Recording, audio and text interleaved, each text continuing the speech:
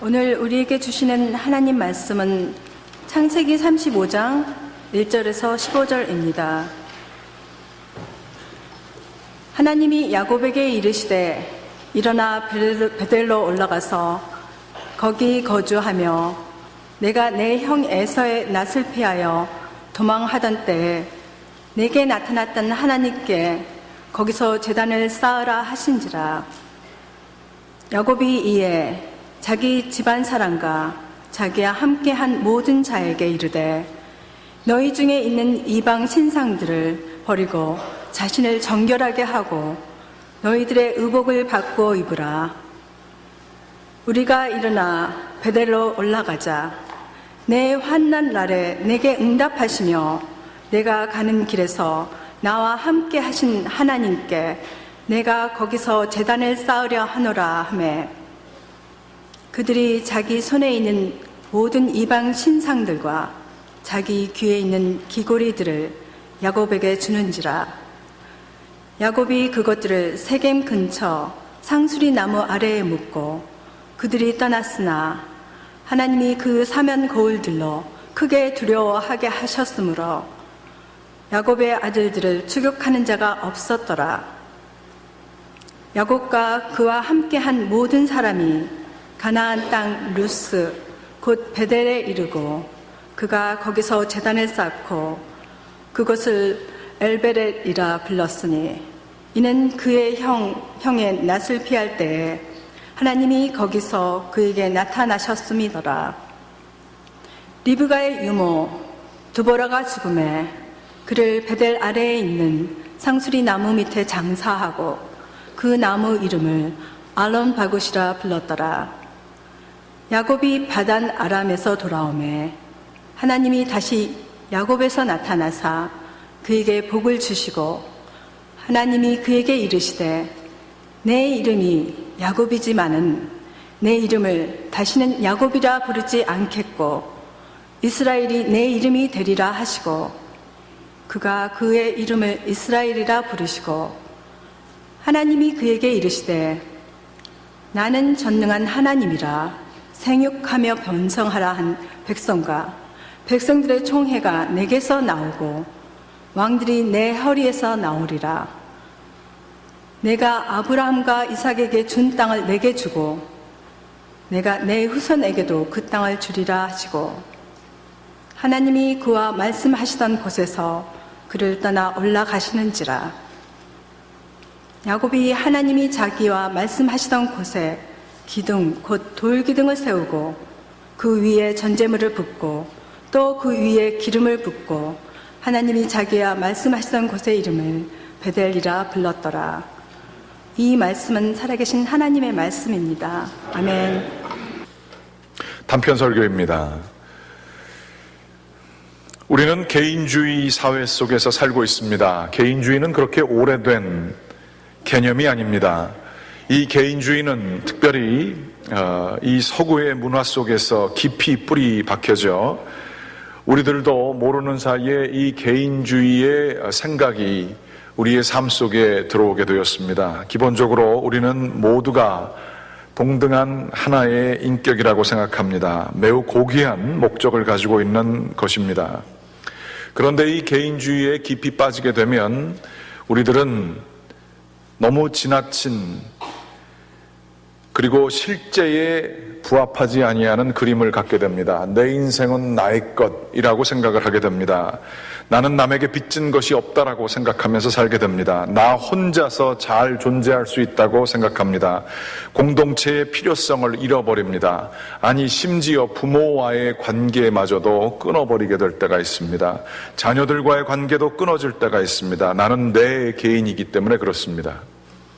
그러나 우리는 부모와 자녀와의 관계를 끊을 수가 없죠. 바로 그분들이 있었기 때문에 내가 존재할 수 있었고 또한 우리의 자녀들은 우리가 평생 그들의 생명과 그들의 안녕을 위해서 수고해야 될 우리의 또한 축복의 그러한 사람들인 것입니다. 우리가 인정하든 인정하지 아니하든 우리는 깊게 서로가 연결되어져 있습니다.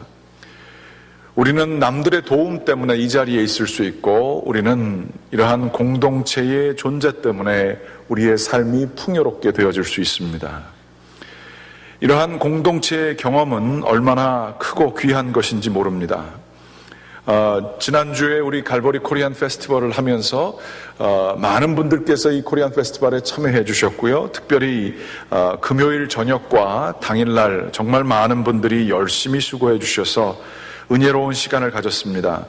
많은 일들을 하고 바쁜 스케줄 가운데에서도 다 그것을 뒤로하고 교회이기 때문에 나와서 서로가 일을 하며 같은 선한 목적을 위해서 수고하게 될 때에 그 누구도 얼굴 찌푸리지 아니하고 기쁜 마음으로 섬겼던 아름다운 공동체 경험을 저희가 할 수 있었습니다. 그렇습니다.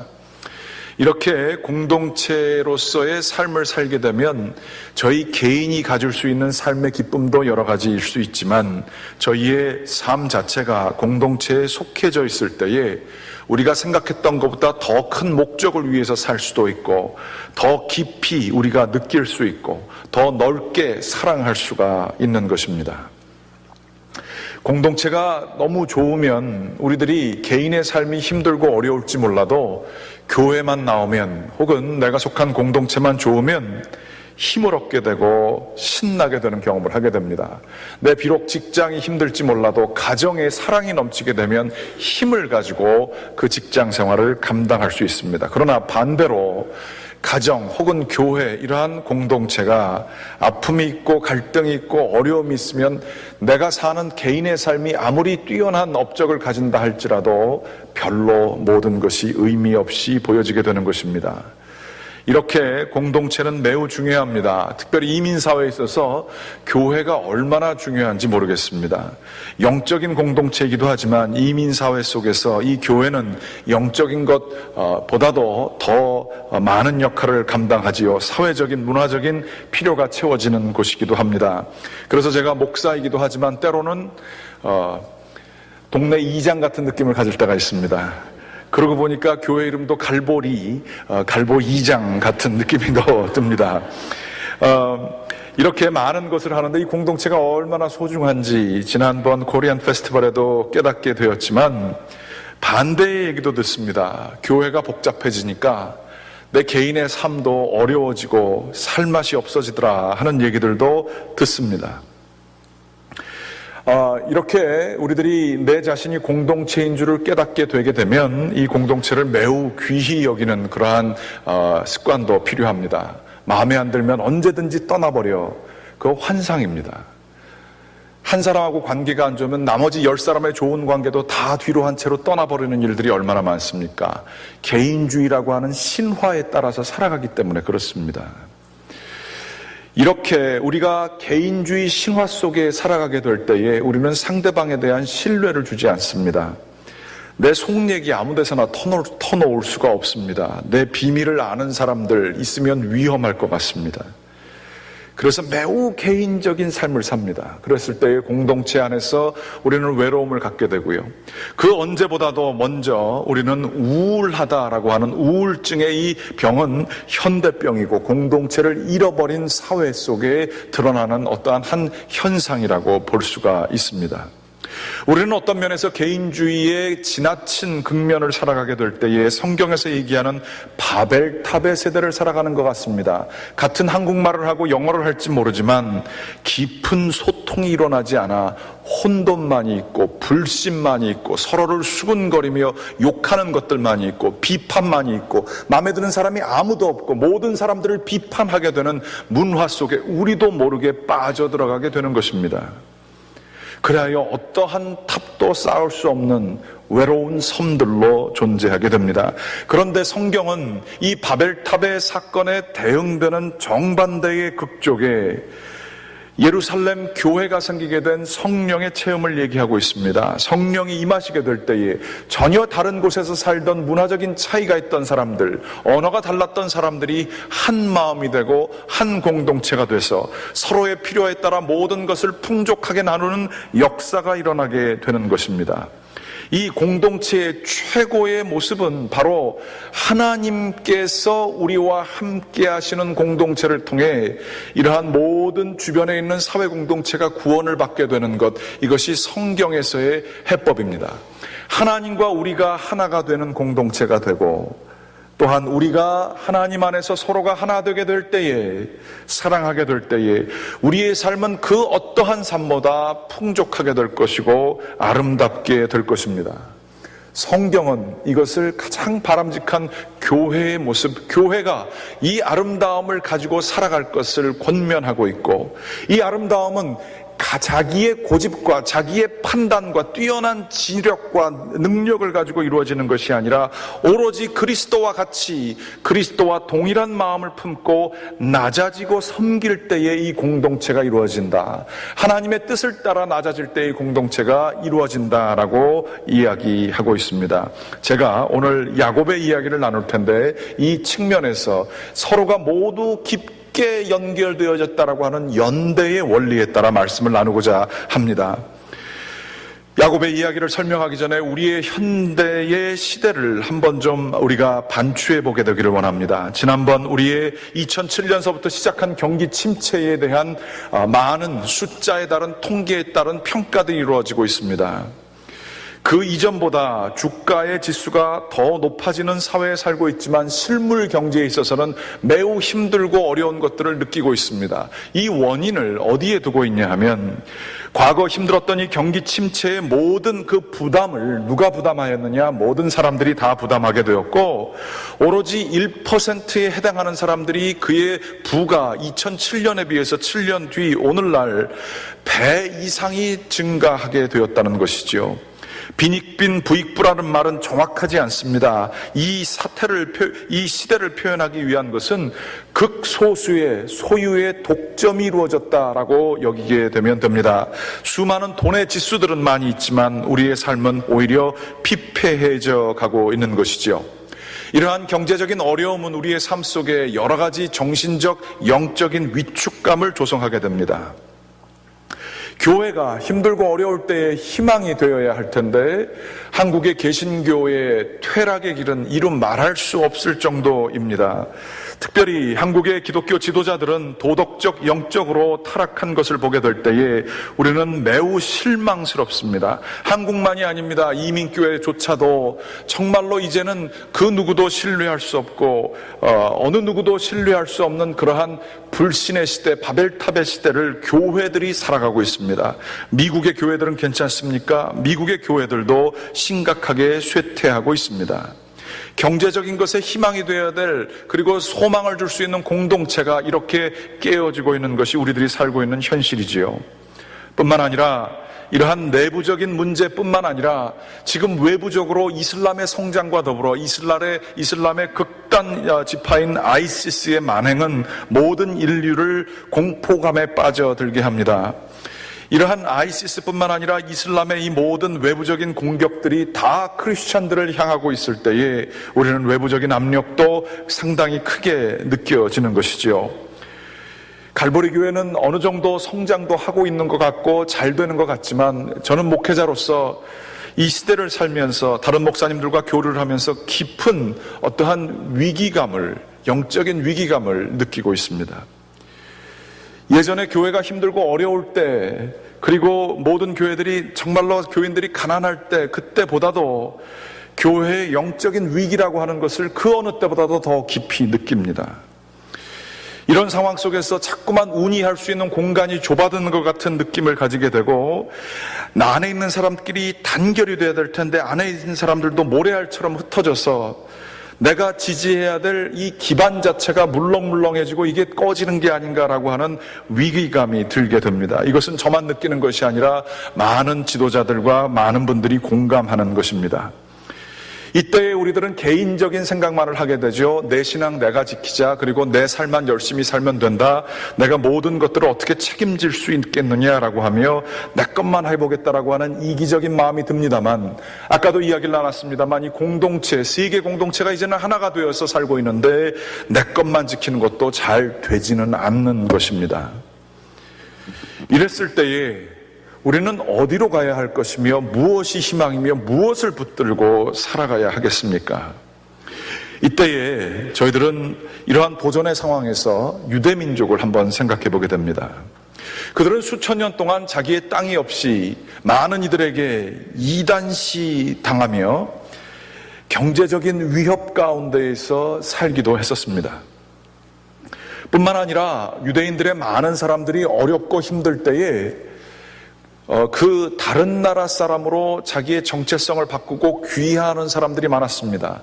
유대의 공동체는 늘 이러한 내부적인 붕괴의 위협 속에 자신네들의 정체성을 잃어버리는 그러한 위협 속에서 살고 있었던 것입니다. 이랬을 때 수천 년 동안 이들을 지키고 있었던 그 원리는 무엇일까? 어떻게 그들은 자기네의 나라도 없이 신앙을 지키며 민족성을 지키며 살아갈 수 있었을까? 우리들은 한번 그들에게 질문을 해볼 만한 것입니다. 우리 기독교인들, 이 어려운 위협 속에서, 이러한 영적인 침체 속에서 살기 쉬운 상황 속에서 우리는 그들이 무엇을 붙들었나 보게 됩니다. 오늘 보게 될 창세기 35장의 말씀은 다른 여러 가지 성경 구절도 있지만 이 유대 민족에게 매우 소망이 되는 근거를 제공하고 있습니다. 야곱은 여러분이 아는 것처럼 그의 평생에 젊었을 시절에 이 에서라고 하는 형을 속여서 나왔기 때문에, 그리고 축복권을 받아서 많은 재산을 가졌는지 모르지만 깊은 곳에 그 형과의 풀리지 않는 문제 때문에 얼마나 힘들었는지 모릅니다. 그런데 하나님의 도우심으로 야복강에서 형이 400명의 군대를 가지고 자기를 멸절시키기 위해서 다가오는 것 같은 위협 속에서 하나님의 천사와 더불어 씨름을 하면서 축복을 받고 에서를 다시 화해하게 되면서 그의 얼굴이 주님의 얼굴을 보는 것 같습니다 라고 하면서 브니엘, 하나님의 얼굴을 본 것 같다라는 표현을 쓰면서 이 가장 그 긴장이 해소가 되게 되는 역사가 일어납니다. 그러면 이제 살만해야 할 텐데 이 야곱에게 또 다른 더 큰 에서와 같은 적들이 생기게 되는 사건이 있었습니다. 가나안 땅에 들어와서 이제 잘 살면 되는데, 고향에 돌아왔는데 거기에서 자신의 딸 디나가 간음을 당하게 되고, 간음을 한 친구가 가정을 이룬다고 얘기를 하자 디나의, 그러니까 야곱의 아들들이 그 이방 민족들에게 우리는 유대인들과 결혼하려면 할례를 받아야 된다라고 얘기를 하고, 그들에게 할례를 강요하고, 할례를 받고 난 이후에 병상에 있는 그들을 다 도륙해서 죽이게 되는 일이 일어납니다. 야곱이 마치 에서의 것을 속여서 빼앗은 것처럼 야곱의 아들들 역시 야곱이 했던 것과 동일하게 그들에게 속임을 주어서 이제 에서보다도 더 무서운 가나안 족속과 브리스가 족속 모두가 야곱을 지금 공격하게 되고 그들이 죽게 되는 상황에 있게 됩니다. 이때에 야곱은 굉장한 위협을 느끼고 자녀들에게 어떻게 해서 이런 일을 범하였느냐라고 얘기할 때 자녀들은 얘기합니다. 그러면 우리 딸 디나가 간음받는 게 맞습니까? 라고 하며 아버지의 권위에 심각하게 도전하게 됩니다.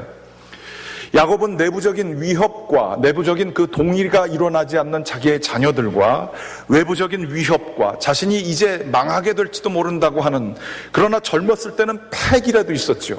이제는 나이다가 들어서 또 식구가 많아서 어떻게 쉽게 도망갈 수도 없는, 갈 곳이 없는 상황 속에서, 이 위협 속에서 야곱은 심각한 도전을 받습니다.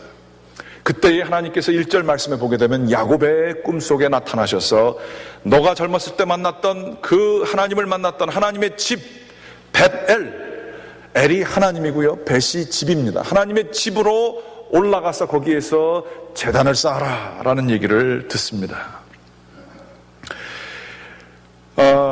이 얘기를 듣고 야곱이 자기 집안 사람들을 다 모아놓고 얘기합니다.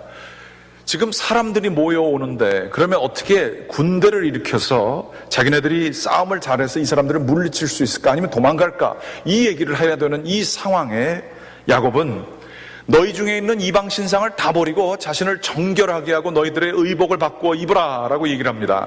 3절 말씀 보여주십시오.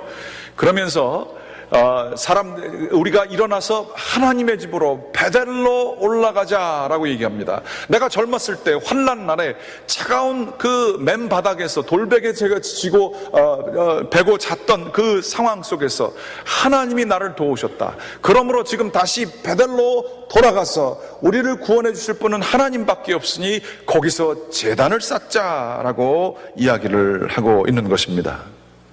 여기서 하나님의 전으로 올라가게 될 때의 중요한 것 2절 말씀에 보게 되면 그냥 올라가는 게 아닙니다. 아주 재밌는 표현이 있는데 그것은 바로 이방 신상을 버리고 자신을 정결하게 하고 너희의 의복을 바꿔 입으라 라고 하는 얘기를 하고 있습니다. 거룩해져라는 얘기예요. 세상에 속한 모든 것들을 다 버리고 오로지 하나님으로만 이러한 그 정결함을 유지할 것을 권면하고 계시는 것입니다. 이 벗어버리고 새로운 것을 입으라 라고 하는 표현은 매우 중요한 표현으로서 특별히 신약의 시대에 오게 되면 세례 예식에 쓰여지는 아주 중요한 표현입니다. 세례 예식은 하나의 상징이지만 기독교인 거듭남을 받는다라고 할 때 이 세례 예식이 하는 것처럼 우리의 옷을 벗어버리고 하얀 옷을 입는 것처럼 우리들이 이 세례를 받는 것처럼 성경에서는 우리의 옛 세상에 속한 방식을 벗어버리고 주님의 옷을 입을 것을 명령하고 있습니다. 골로새서 3장 8절서부터 10절 말씀에 보게 되면 이러한 말씀이 쓰여져 있습니다. 이제는 너희가 이 모든 것을 벗어버리라. 곧 분함과 노여움과 악의와 비방과 너희의 부끄러운 말이라. 9절 말씀서부터 10절 같이 읽어봅니다. 너희가 서로 거짓말을 하지 말라. 옛사람과 그 행위를 벗어버리고 새사람을 입었으니 이는 자기를 창조하신 이의 형상을 따라 지식에까지 새롭게 하심을 입은 자니라. 기독교 공동체는 빛의 공동체입니다. 구약에 있는 것은 그림자와 같습니다. 구약에서는 비록 옷을 정결하게 하기 위해서 옷을 벗어버리고 이방신상을 버리고 새로운 옷을 입었을지 모르지만 신약에 있는 것이 참된 본질입니다. 신약에서는 벗어버릴 것이 무엇이냐? 세상에 속한 것들을 벗어버리는 것입니다. 분함과 노여움과 악의와 비방과 너희의 부끄러운 입, 그것을 벗어버릴 것을 이야기하고 있습니다. 그러나 새로운 옷, 하나님의 형상의 옷을 입을 것을 얘기하고 있죠. 에베소서 4장 22절부터 24절까지의 말씀도 같이 한번 읽어보겠습니다. 너희는 유혹의 욕심을 따라 썩어져가는 구습을 따르는 옛사람을 벗어버리고 오직 너희의 심령이 새롭게 되어 하나님을 따라 의와 진리의 거룩함으로 지으심을 받은 새 사람을 입으라. 벗어버리고 입으라. 거룩, 의, 이 진리, 이것을 입으라 라고 얘기하고 구습에 따라가는 그러한 옛 것을 버리라 라고 이야기하고 있습니다. 유대인들과 초기 기독교인들은 소수자로 살며 끊임없는 위협을 받았지만 이 말씀을 신실하게 지켰습니다. 끊임없는 외부의 압력과 내부의 붕괴와 의심 가운데 이거 신앙생활한다고 무슨 의미가 있겠느냐라고 하는 도전이 있었지만 그들은 끊임없이 세상의 방식을 벗어버리고 주님의 공동체 안에서의 거룩함의 옷을 입고 살려고 노력했습니다. 그때에 이들은 끊임없이 실패와 어려움을 맛보았지만 이렇게 거룩을 지향하게 될 때에 그리하여 하나님의 집 베델로 어려운 상황 속에서 온전히 나아가게 될 때에 그들은 기적을 맛보았습니다. 마치 야곱이 기적을 맛본 것과도 마찬가지입니다. 5절 말씀, 35장 창세기 35장 5절 말씀에 보게 되면 그들이 하나님께 모든 것을 맡기고 베델에 들어가게 됐을 때에 하나님이 사면 고울들로 크게 두려워하게 하셨으므로 야곱의 아들들을 추격하는 자가 없었더라. 하나님께서 그 주변에 있는 사람들을 무섭게 해서 지금 그 위협의 상황에서 하나님이 책임져 주셔서 그들을 구원해 주시는 역사가 일어났다라고 하는 이야기인 것입니다. 유대인들과 초대 기독교인들은 끊임없는 외부 압력과 내부의 붕괴, 어려운 상황 속에서 거룩을 놓지 아니하고 붙들게 될 때에 하나님이 자신을 지켜주는 경험들을 끊임없이 확증하며 한 사람들인 것입니다. 어떤 목사님이 유대인들이 너무 똑똑하고 또 민족적인 정체성을 잊지도 않고 지도적인 역할을 계속하면 하는 걸 보고 그 비밀이 있을 것 같아서 유대교 랍비에게 물어봅니다. 어떻게 해서 이 유대인들은 이 비법이 있지 않느냐고, 어떻게 자녀 교육을 시키고 교회에서 어떻게 교육을 시키길래 이렇게 힘들고 어려운 상황 속에서도 지도자의 역할을 하고 사회에 몇 퍼센트 안 되지만 그런 능력을 발휘하면서 살 수 있느냐고, 그 교육의 비법이 뭐냐고 물어봅니다. 그랬을 때 유대교 랍비가 그 목사님에게 한국 교회들도 열심히 만나고 기도하고 하는 걸 알고 얘기합니다. 그냥 하던 대로 계속 하십시오. 그래서 목사님이 우리가 하던 대로 하면 왜 물어보겠습니까? 비법을 알려주십시오. 그게 비법입니다 라고 얘기를 합니다. 이 목사님이 너무나 싱거운 대답을 듣고 좀 속이 상했는데 곰곰이 묵상을 해보니까 바로 이것이었습니다. 유대인들은 힘들고 어려울 때, 위협을 당할 때, 자기네들이 완전히 망하게 될 것 같은 때에도 그들은 예배를 드렸습니다. 그들은 시간을, 지금도 그 명절들을 아주 정성껏 모든 공동체가 드리지 않아요? 용키프로 지키기 때문에 그 사람들 몇 퍼센트도 안 되는데 학교들이 다 문 닫잖아요. 수장절, 수콧이라고 합니다. 그거 지키느라고 학교들이 다 문 닫고 이 사람들이 아주 그냥 그렇게 살잖아요. 돈의 문제, 시간의 문제에 있어서 그들은 철저하게 하나님의 집으로 올라가는 훈련들을 하는 사람들이에요. 자기가 망하더라도 외부에 그 조롱이 있더라도 이 사람들이 깨달은 게 하나가 있었어요. 심지어 홀로코스트의 현장에 있어서도 하나님께서 자기를 버린 것 같은 현장에 있어서도 하나님을 원망할지언정 하나님께 대한 예배를 포기하지 않는 사람들이었어요. 왜냐하면 그들은 알고 있기를 야곱의 하나님, 아브라함과 이삭과 야곱의 하나님께서는 가장 위험할 때에 베델로 올라가서 주님께 의지하게 될 때 하나님이 모든 것을 해결해 주시는, 하나님과 연대하게 될 때에 세상의 모든 문제들이 해결되어지는 그러한 오랜 깊은 영적인 진리를 알고 있었기 때문에 그랬던 것입니다.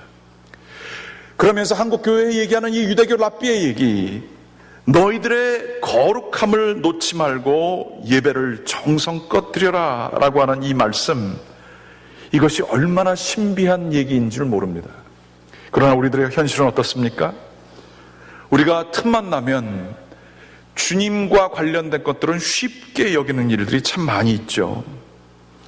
교회에 뭐가 문제가 생기게 되면 교회도 이제 못 믿겠어 그러고 안 나가는 경우도 얼마나 많습니까?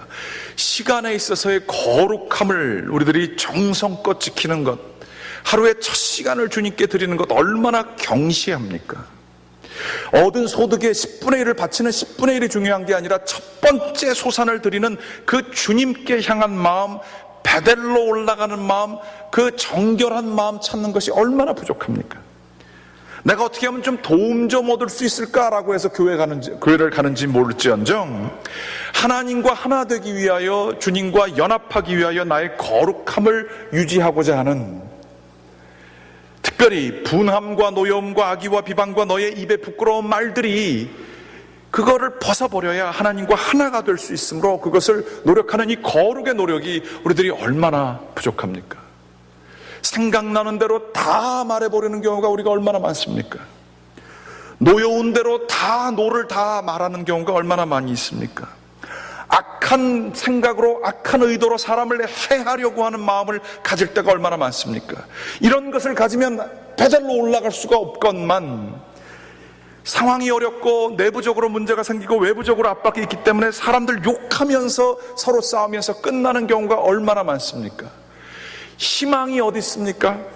이 세대의 교회들도 망하고 여러 가지로 망하고 또한 경제적인 위협이 있고 이러한 사회 속에서 희망이 어디 있습니까? 창세기 35장에 있는 야곱을 바라보며 우리들은 희망을 봐야 됩니다.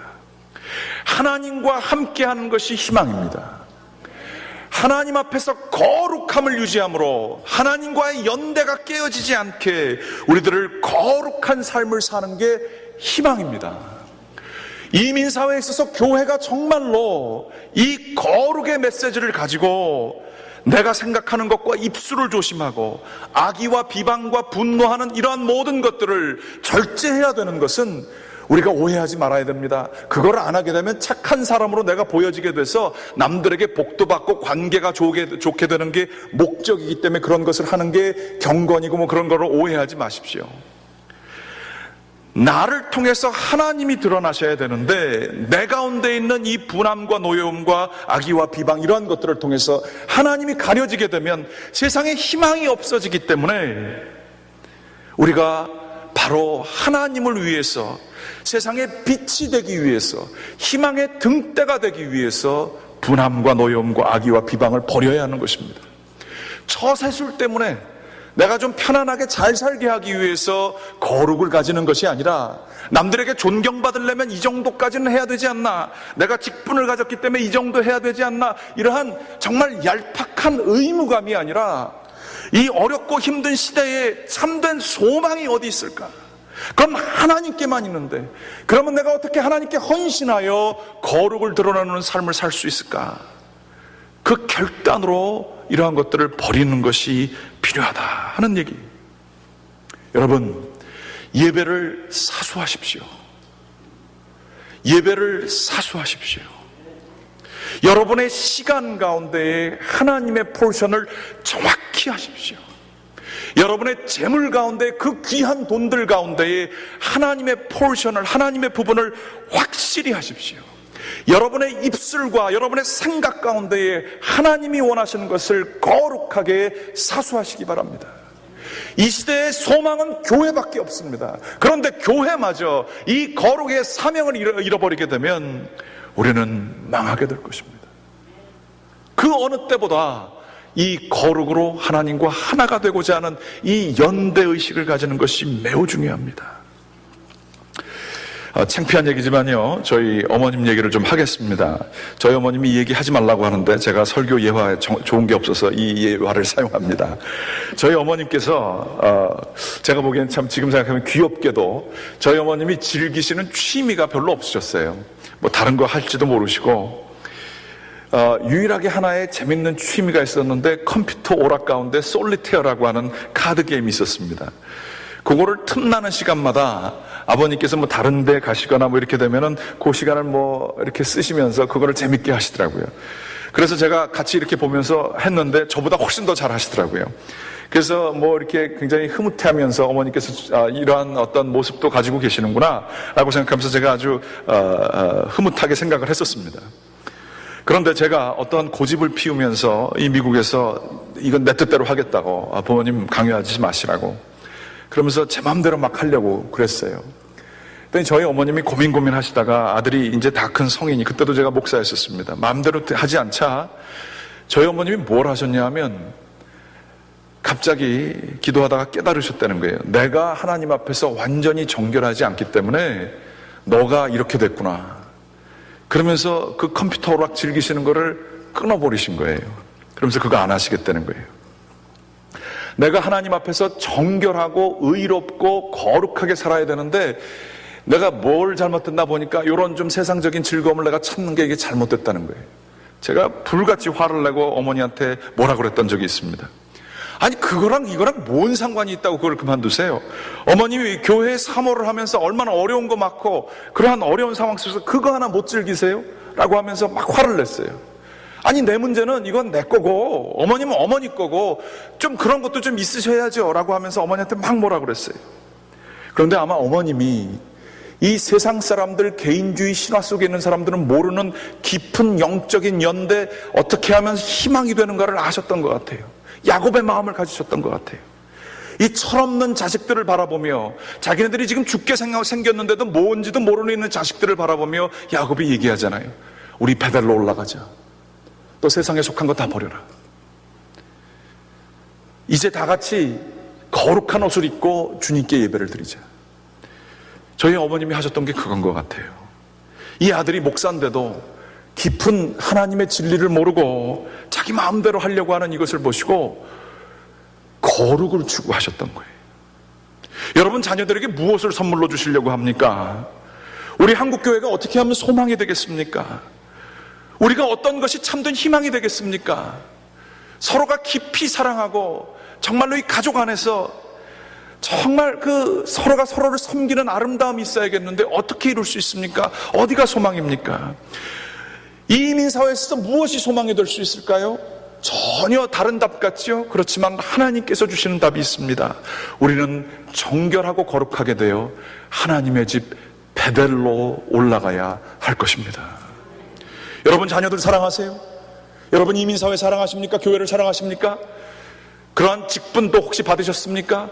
이 거룩을 위해서, 우리의 하나님 앞에서 의롭게 하기 위해서 정결하게 우리의 마음과 생각과 몸과 시간과 재산을 다스리시는 여러분들 되시기를 간절히 기원합니다. 하나님께서 우리의 제사를 받아주시고 예배를 받아주시고 함께 해주셔서 우리에게 살 길을 주시고 우리를 위협하고 있는 이 많은 도전들을 잠잠케 하시고 그들을 두렵게 하사 교회의 능력을 발휘하게 되는 역사가 우리 가운데 있게 되기를 간절히 기원합니다. 이랬을 때 놀라운 것은 하나님께서 이러한 역사를 행하시고 나서 이 야곱을 야곱이라 부르지 아니하시고 이스라엘이라고 불러주시면서 오늘 말씀 후반부에 나와 있지만 하나님께서는 놀라운 이야기를 해주십니다. 세례를 받으면 새로운 이름을 받는 것처럼 이스라엘이라는 이름을 주시고 너에게서 세상을 다스릴 왕도 나오게 될 것이고 너는 이 아브라함과 이삭에게 주었던 그 축복의 두 가지를 반복을 하십니다. 너가 너 혼자가 아니다. 너는 너의 민족을 대표하는 대표다. 대표주자다. 너는 생육하고 번성해야 할 것이며 너에게 내가 땅을 줘서 내 뜻을 이루는 하나님의 뜻을 너를 통해서 이룰 것이다 라고 얘기를 해주십니다. 이게 놀라운 거예요. 우리는 신앙이 아직 미진할 때에 초보적인 단계에 있을 때는 나에게 도움을 주시는 나의 하나님만 바라봅니다만 여기서 야곱이 이스라엘이 되게 될 때에 야곱은 자기 자신을 새롭게 보게 됩니다. 아, 내 인생이 내 것만이 아니구나. 보이는 사람들과의 수평적인 연대만이 아니라 수직적인 연대를 깨달으며 나에게 향하신 하나님의 뜻을 깨닫게 됩니다. 그러면서 내가 나의 하나님이 아니라 하나님의 나로서의 모습을 깨닫게 되는 거예요. 하나님이 바라보시는 나의 모습을 깨닫게 되는 거예요. 하나님이 갈보리 교회 여러분의 이름을 불러주시면서 여러분 가운데에 거룩하신 목적을 이룰 시대의 희망으로서의 삶을 너희가 살아라. 너가 교회의 대표고 진리의 대표고 너가 사람들에게 희망을 줄 수 있는 대표가 바로 너다.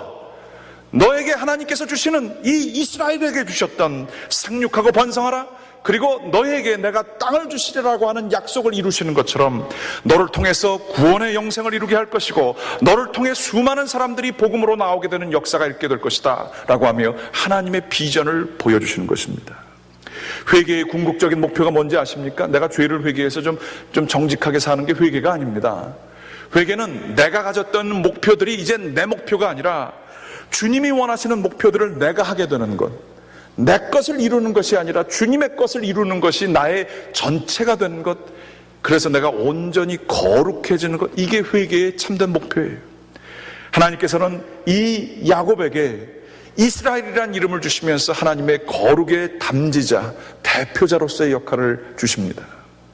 원하옵고 기도하옵기는 갈보리 교회가 그 이름을 바꾸게 되는 역사가 있게 되기를 원합니다.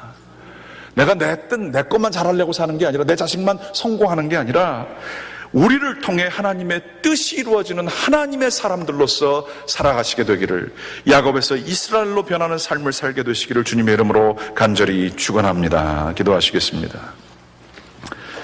살아계신 아버지